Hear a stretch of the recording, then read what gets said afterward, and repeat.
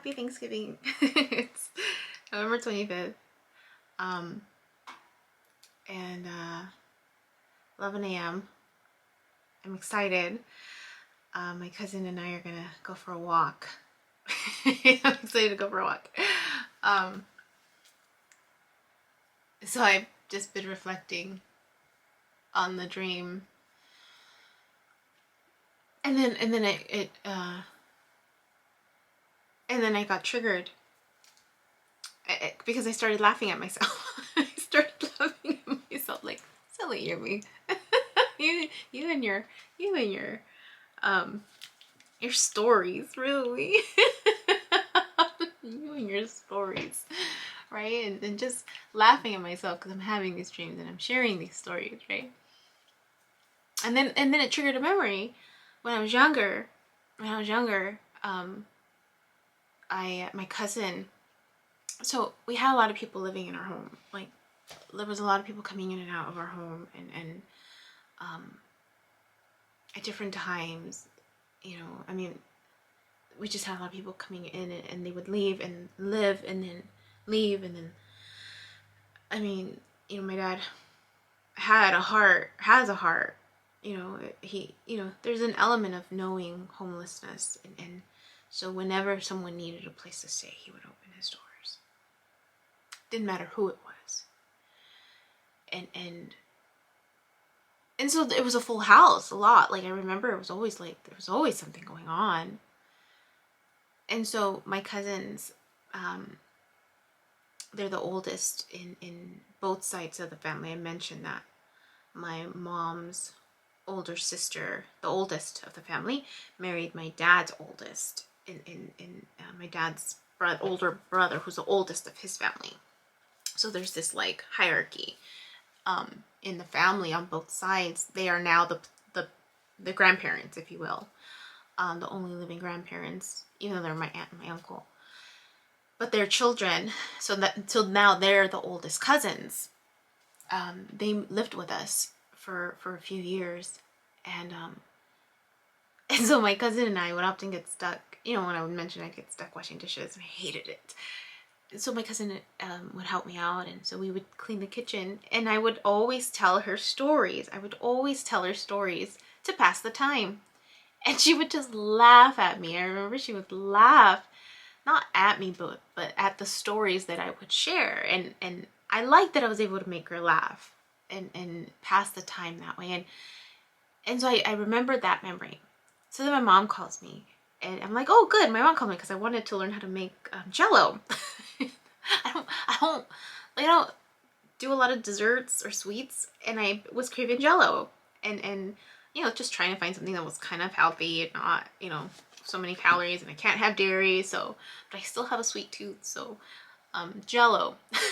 So I was like, oh, let me try to make Jell-O if I remember how to make Jell-O.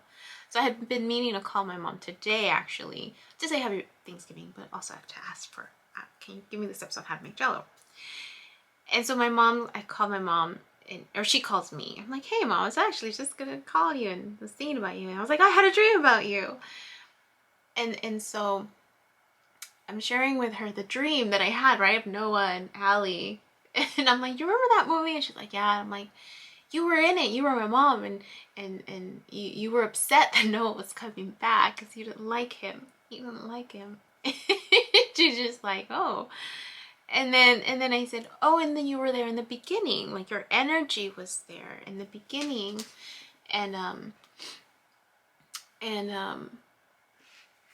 so I said, but it was the family, and it was really the family members that were a little more rigid, if you will, not open, but my cousin was there too. There was an element where, and she's a little more open, like understanding open, but she's being the oldest cousin. She's what, like 20 years older than me? So I'm what? So she's 60, or turning 60. Which actually, I was shocked the other day that I was talking to her. I'm like, what? You're 60? How's that? No, she's not 60. She's 10 years older than me. She's 50. And I remember thinking, what? You're 50? How is that possible? And so she's 10 years older than me. And so I told my mom, I'm like, you were there, and but your side of the family was having a hard time accepting my truth, is what I told my mom. I'm like, you guys had a hard time accepting that this was my truth. And she starts crying. My mom starts crying. Oh no! So then I tell her, I'm like, remember how I used to tell a lot of stories to my cousin? She's like, and that's when she starts crying. She's like, I remember your cousin telling me, like, oh, Yui has a lot of stories, and she's like, and then she says to me, that's when you said you were going to be a writer. You were so adamant. She's like, you're so creative. And then she starts crying. She's like, why can't you just be a writer? Why can't you tell stories and help people find their way, right? She's like, you have a gift of storytelling. And I'm like, and I'm laughing, but then I was like, oh, I shouldn't laugh because she's crying. And I'm like, Mom, don't worry, everything's fine, I'm fine. And then I told her, I'm like, I am writing stories. It's just a different way of telling stories, right? Clearly through this medium. And I'm like, I'm telling stories, but it's stories of my life. You know, I didn't tell her this part, but you know, this is stories of my life. This is what's happening, right? I'm documenting it. And she's like, you should be writing stories, using your gift for good. And I'm just like, okay, Mom. Like, clearly, right? It's not getting it. So I'm just like, don't worry, Mom. Everything's fine. I'm fine. And everything will turn out okay. I am gonna write stories. Don't worry. And then remembering also the fact that I was trying to hold in my laughter, and I wasn't laughing at her. It's one of those situations where it's just like, you don't know what else to do, right? Like, you've tried telling them the truth. They don't listen to your truth. So then you're just like, okay, ni modo, right? Like, I'm gonna live my life and you're gonna live your life. And I'm fine you living your life any way you want to. But clearly I'm still treating it. And it could be different because, you know, I'm her child and, you know, I don't know. So anyway, so there's that. So then I try to lighten up the conversation. I tell her, I'm like, oh, you know, I wanted to call you because I needed to learn how to make Jello. Can you tell me? So she, you know, I can see that she's calming herself down and then gives me the steps for Jello. There was a reason why I was sharing. Oh, because I was just laughing. At that, really, at that realization, right? That, you know, my mom's Chiron, I forgot where it's at, but I remember the description. It was about her struggling with faith. Either not being able to see the middle ground, being polarized. And so that was her Chiron, what she needed to work on healing, what she needs to work on healing. And my mom is very religious, very conservative. Now, she wasn't always like this. I think she's becoming more, it's like this push and pull. I see this push and pull within her, being open, but then at the same time being very closed off. And there's this element of like, she believes in miracles, right? But only if they fit in this little box. Anything outside of that is like, no. And that's how religion can potentially be, right? And even people, right? Because there's some people say, well, that's religion. It's different when you have the relationship with Jesus Christ. You know, it depends on the perspective, because like my family members they're good people. They're really good people. But when it comes to and they have a personal relationship with Jesus Christ, it's just in this box how they look at it. So yeah, I'm not gonna say much about that. You know, for me it's just, you know, I'm learning, right? I'm learning, to each their own. To each their own. As long as I'm in alignment with who I am, I'll accept whoever else comes towards me who's in alignment with who they are. And if I'm triggering them, right, it's not about me, it's about them. And something within them that needs addressing. It ain't gonna affect me. Or at least that's what I'm working on, right? That it's not going to affect me. And so, so it's funny. It's funny because the video that came out today is the answer lies within this moment, or with each step, the joy in each step. And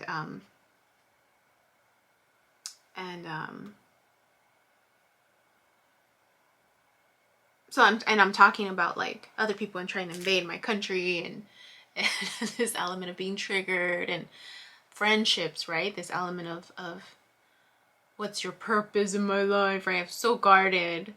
I mean, for me, that's being guarded, right? Because I'm so used to just kind of being open to everybody. And now I'm like, whoa, who are you? What's your intention? What purpose do you serve in my life, right? At that point in time, 3 months ago. And so I'm laughing at myself as I'm listening to this video. But then also thinking too, right? And reflecting on today, Thanksgiving Day. Oh gosh, it's 11/11. Reflecting on this day and where I was last year in this day. And I talked to my sister-in-law yesterday, and she asked me, have you communicated with the painter?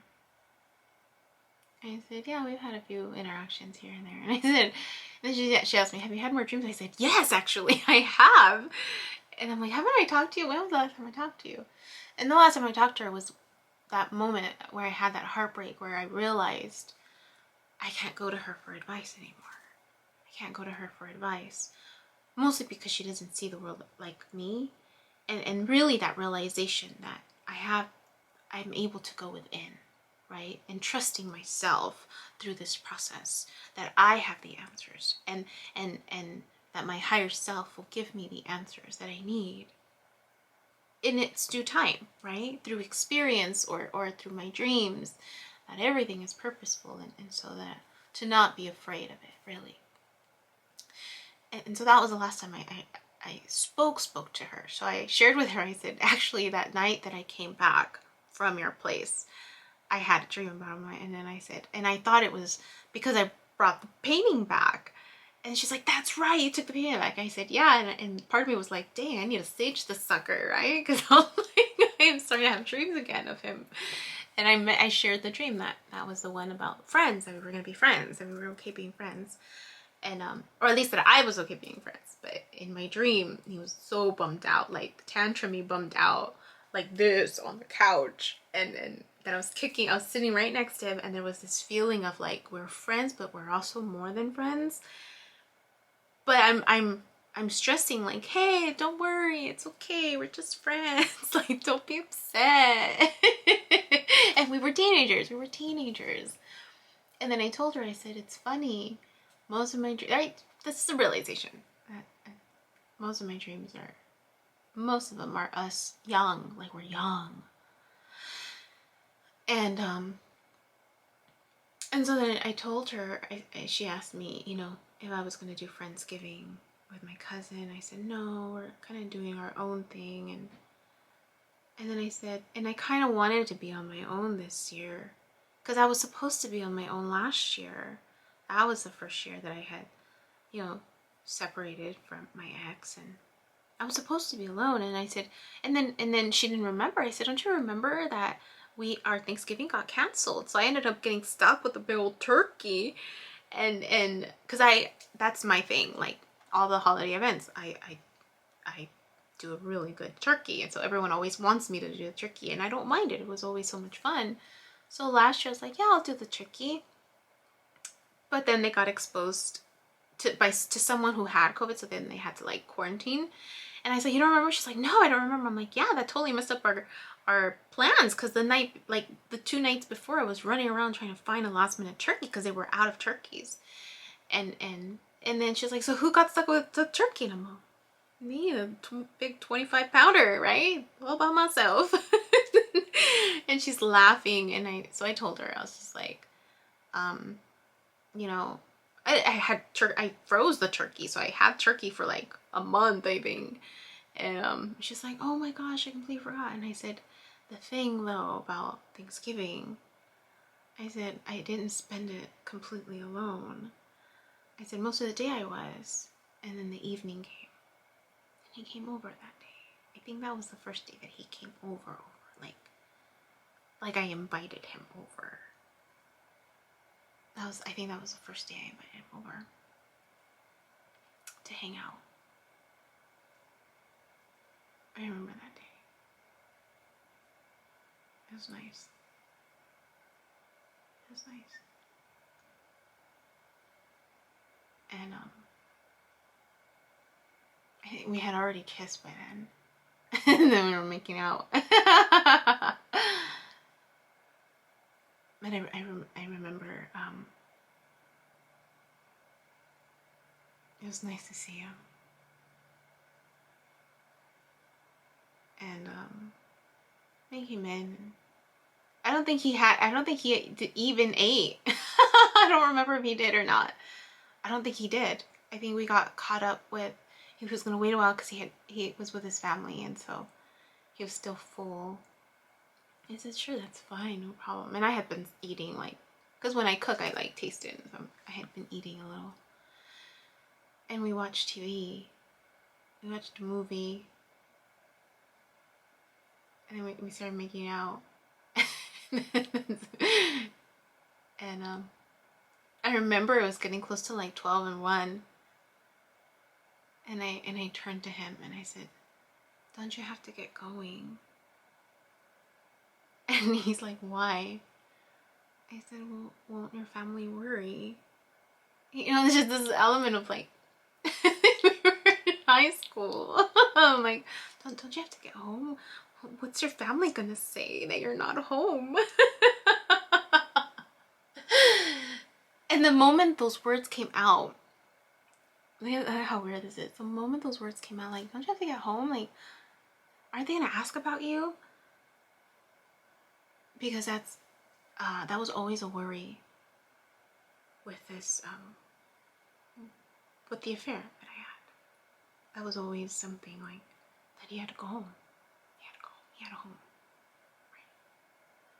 And he couldn't stay with me as long as I had wanted. Because he had to go home. And he had a family. And when I said those words to him, I was kind of stung a little, like, oh, like why did I say that? because that's what got triggered in me. Like, don't you have to go home? It's really late. Like, you have a family to go to. And he's just like, they're not gonna care where I'm at. I was like, oh. This element was like, oh, okay. Yeah, it was nice. It's funny. And so then I started thinking about this dream, right? To sum it all up. It's Noah. This Noah that comes back. I don't know who this Noah is, right? But clearly I'm happy that he's coming back. That he's coming for me in the dream, right? If I'm Allie. Because there was this feeling of like, I see Allie, but then I am Allie. Like I was able to like be in her and then be a part. But there was so much, like I could feel the joy. I can feel the excitement and this like this, yeah, like I could just feel the emotion. So that's how I knew like the person that I was with to start off, like I was trying to figure out if I was happy with that person. But when I compared it with that feeling of like, Noah's coming, there's this like, the level of emotion is so much more intense. It's I could feel it. And so then I started thinking, I'm like, oh, who's Noah? Who's this person that's coming back? Because then I started thinking of all the people, all the men in my life, right? And realizing that I love them all. Like I love them all enough to let them be, right? Enough to let them choose. Enough to let them live their life, right? However they choose it to be. Because I was even telling my my sister-in-law, I said, you know, I had a dream about my ex, that he was getting married to himself, and I was invited to the wedding. And they said, but that was potential. Like I can tell now, like the difference between dreams that are like for me in that moment for my healing, and then other dreams where I'm like, that seems like it's more future oriented.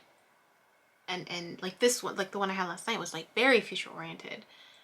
And then the one that I had for my ex was also very future oriented. And so I told her, I'm like, but it's all potential energy, right? It's all potential energy. And so at any point it can shift. They can choose differently. And I'm okay with that now. Like, I'm working on being okay with people choosing their own path. I'm gonna love them anyways. And even though they didn't choose me in that moment, even though they didn't fight for me in that moment, even though they walked away from me. That's so funny. Some walked away from me, right? One of the fire signs walked away from me. I walked away from a few other people. A few people didn't fight for me, didn't choose me. I'm okay with that. Because at the end of the day, I choose me. I chose myself. I spoke up. I aligned myself to feeling whole and complete without the need of depending on someone else for my sense of happiness, for my sense of security, for my sense of safety. I have all that within me. I saved me. I chose me. I am fighting for me as we speak, right? When other people have their opinions or are trying to impose their ways, I will continue to fight for me. And so I've been telling a few of my clients these past 2 weeks to create a playlist for themselves, right? A playlist of music with words that uplift them. Because our minds are very powerful. You know, what we say to ourselves, what we listen, what we hold on to. And so I did the pink elephant activity. I think I've already done that, where I told them, don't think of a pink elephant. And then I asked them, did you think of a pink elephant? They're like, yes, I did. I said, exactly. That's how sensitive our brains are to create something. And so because we know that's how sensitive it is, being more mindful of what we put into our mind, right, is so much more important. So I encouraged them to do a playlist. They didn't know what songs. I said, may I make a recommendation?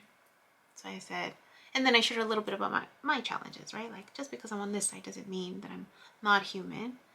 When I was going through my struggles, and even now when I need a pick-me-up, my go-to song is Katy Perry's Roar. I know it's an old song, I told them, but let's read the lyrics. And so we both look it up, right? Because it's telehealth. And we're looking through it, and it's about speaking up. It's about becoming your own hero, right? And you know, choosing you, yourself, no matter what happens around you. So, I guess time will tell who Noah is, who decides to finish the race with me, because I'm clearly really happy about that. So that's funny. So anyways, it's 11:24. I need to have a little bit of breakfast because we're gonna go for a walk, and I have some work that I need to finish and just relax. And my dinner is not going to be turkey. It's going to be salmon, asparagus. I'm going to make a little bit of jasmine rice and eat the leftover salad that I have. So, and then for dessert, Jell-O. And then I'm thinking of making, I have a lot of apples, so I was thinking of making some, like, I don't have a custard thing. I was gonna make something with, like, this, I was gonna make something. I don't know how to make. I'm gonna experiment in the kitchen. Happy Thanksgiving. Take care. Hi, my name is Yubi, and in case you haven't figured it out, this footage is capturing my experience as I learn to navigate my personal spiritual awakening. I am learning that this experience is unique to each one of us. In whatever way we believe we are embracing living our truth, this just happens to be my journey. And despite me having a graduate degree and a license in clinical social work, this by no means is intended to replace any type of mental health advice. This is just me on a personal level, documenting my experience, shedding light on the truth that I am learning and discovering for myself, and really inviting you along for the ride. If by some magical chance you find this content to be helpful in any way, shape, or form, please click the like button, share the message, subscribe to my YouTube channel. I have an Instagram account, a personal one, and one specifically for this channel that you're more than welcome to check out. I'm an open book. I have also created t-shirt designs.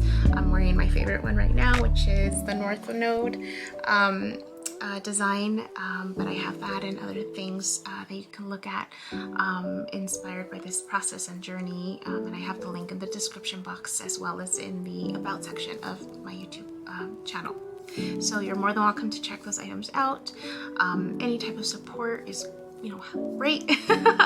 Again, if you find this content really helpful or meaningful, sometimes when we take that step and be vulnerable, with showing what's inside our hearts and what's really our truth, we realize that we're much more connected than what we thought we were. And so I hope that as I'm living this experience, that you find some type of truth for yourself, or find some type of ability to heal in some way just by relating, just by knowing that you're not alone. That really has been my goal with this process, not just being able to connect with others, but really for my own healing. It's definitely been a therapeutic experience and a very creative one for myself. So I thank you, and I wish you all the best, and we'll see what else comes next for me. So take care.